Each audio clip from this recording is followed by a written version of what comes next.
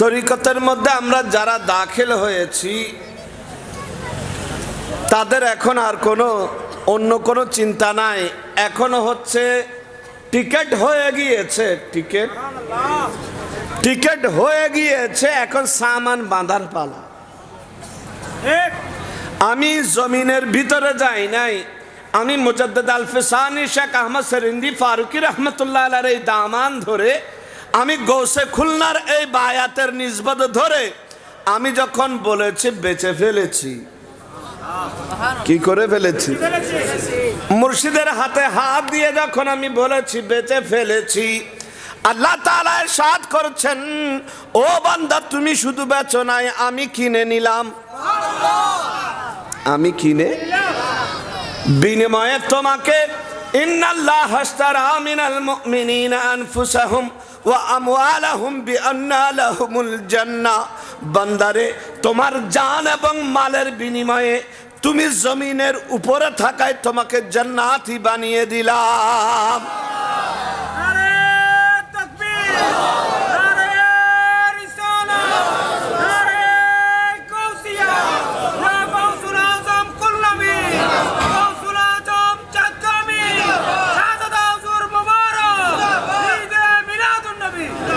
এখনো জমিনের ভিতরে যাই নাই, জমিনের উপরে থাকা অবস্থায় জান্নাতি বনেছি। সুবহানাল্লাহ। কার কারণে? আমার মদিনাওয়ালার কারণে। কার কারণে? ইন্নাল্লাহ আশতারা মিনাল মুমিনিনা আনফুসাহুম ওয়া আমওয়ালাহুম বিআন্না লাহুমুল জান্নাহ। তুমি বেচো নাই, তুমি নিসবত ধরে গোসে খুলনার যে নিসবত তোমার কাছে গিয়েছে বায়াতের কাপড় ধরে তুমি বেচো নাই, আমিও কিনে নিয়েছি, আমিও তো জান্নাতি আমি জমিনের উপরে হয়ে গিয়েছি। এখন কি আর নামাজের দরকার আছে? আল্লাহ রাসূল ইরশাদ করেছেন, উম্মতরে আসার সময় চাবি নিয়ে আসিও। কি নিয়ে আসিও?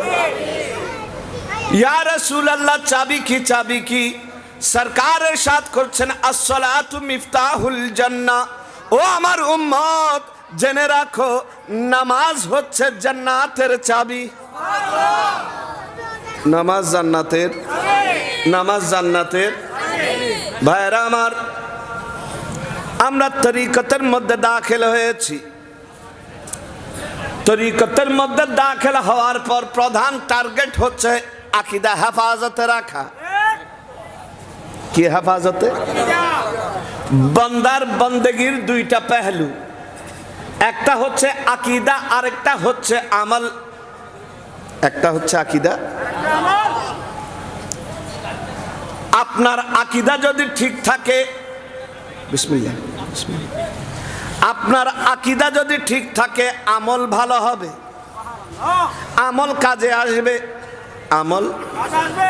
আপনার আকীদা যদি খারাপ হয় আমলের কোনো দাম নাই, আমলের কোনো দাম নাই। এই কারণে আল্লাহ সুবহানাহু ওয়া তাআলা কালামুল্লাহ শরীফের মধ্যে ইরশাদ করেছেন, ওয়াল আসর ইন্নাল ইনসানা লাফি খুসর। আল্লাহ তাআলা আসরের সময়ের কসম করে বলছেন, নিশ্চয় নিশ্চয় মানুষ ক্ষতিগ্রস্ত অবস্থায় আছে। কোন অবস্থায়? ক্ষতিগ্রস্ত অবস্থায়। ইল্লাল্লাযীনা আমানু ওয়া আমিলুস সালিহাত। একটু জোরে বলবেন, ইল্লাল্লাযীনা আমানু ওয়া আমিলুস। নিশ্চয় নিশ্চয় মানুষ ক্ষতিগ্রস্ত অবস্থায় আছে, একমাত্র তারা ছাড়া যাদের আকীদা শুদ্ধ আছে, আকীদা শুদ্ধ রেখে যারা আমলে সালেহ করেছে তারা ছাড়া। আকীদা শুদ্ধ রেখে, ইল্লাল্লাযীনা আমানু ওয়া আমিলুস সালিহাত, যারা আকীদা ঠিক রেখে, আকীদা ঠিক রেখে নামাজ পড়েছে, আকীদা ঠিক রেখে রোজা রেখেছে, আকীদা ঠিক রেখে শবে বারাতে কান্নাকাটি করেছে, আকীদা ঠিক রেখে জিকির আজকার করেছে, তারা সফল কাম। তারা ক্ষতিগ্রস্ত আর সবাই। তাইলে বোঝা গেল আল্লাহ তাআলা যেখানে আমলে সালেহের কথা বলেছেন সেখানে সেখানে আকীদার কথা বলেছেন। নেক আমলের আগে আকীদার বিশুদ্ধতা জরুরি। কিসের বিশুদ্ধতা?